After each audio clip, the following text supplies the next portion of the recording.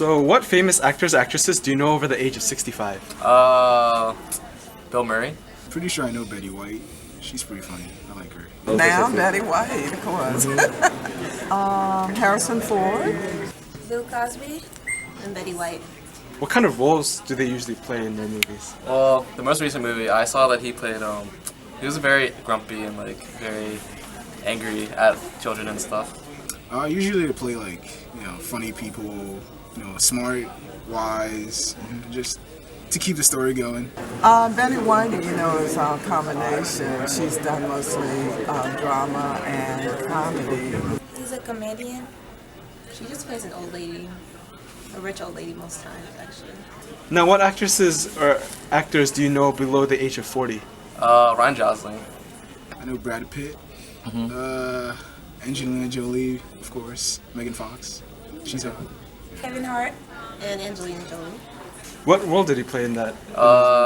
He was really cool. He was, like, very, like, athletic and very hero-esque and stuff. Yeah? I think because of the age specifically, because, being young, being youth, it's like more sexuality, and then getting old, you have to be, you have to wise up and then, show the young people how to act so they don't get in trouble. Intern. Have you seen The Intern?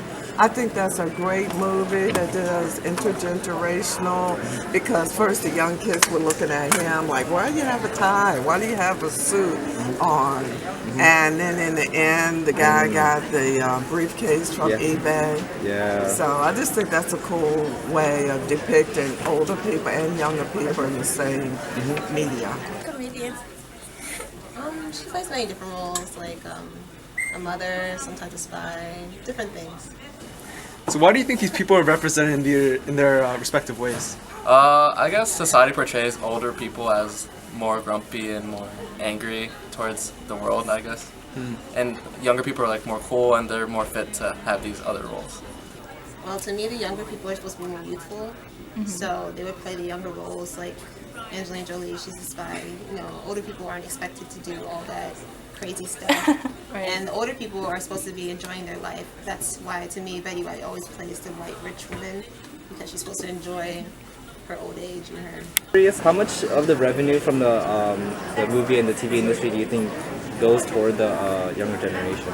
A lot. A lot? Yes. If you had to give like a percentile or a percentage? I don't know. I haven't read the data, but because I'm trying to phrase it nicely, because they feel like they are drawn and they are trying to attract the people in that generation. Sure, I think most revenue goes towards the young people because, that's what most people want to see. Around how many, percent, maybe? I mean, I think over 50% goes to the younger, because most people want to see younger actors. About 95% of the revenue actually comes from the younger generation. Okay. Yeah. But an even more interesting fact is that most of the money in the US is owned by ages 55 and older. Oh, yeah. So the media is actually targeting the wrong age group if you think about the money that could be made. Yeah. Why do you think advertisements are so fixated on this age group then? On the younger generation? On the younger generation. I guess since there's more social media, you can easily more advertise to them than older adults. Being young seems like the ideal thing for Western culture.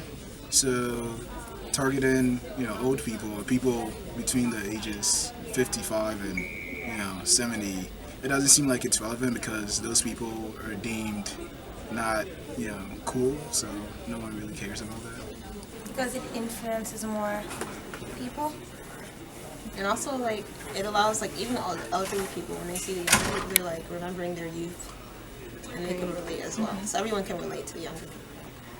I think in this case, the Asian culture, they respect people that are older, but in American culture, they're constantly portraying younger people, and they're the hip, and they are the cutest, shiny. So I think it has to do with the media. Okay, so our project talked about the older generation and younger generation in the media, the TV, and the movie industry.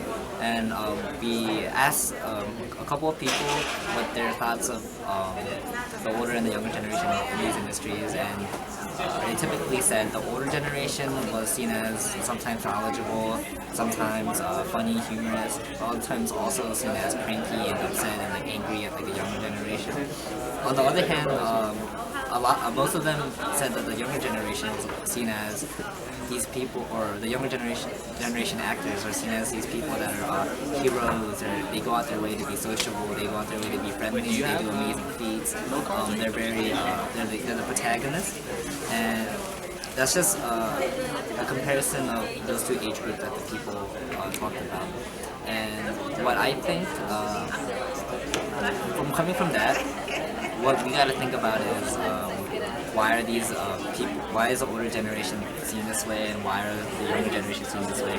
And the main way that we can think about it is because of revenue, and then how the world works is where the money comes from. And because these younger people, because most of the revenue goes comes from the younger generation, that's the reason why these the younger actors are portrayed in these like main character roles or positions, and the older people are just side characters or sometimes angry or cranky.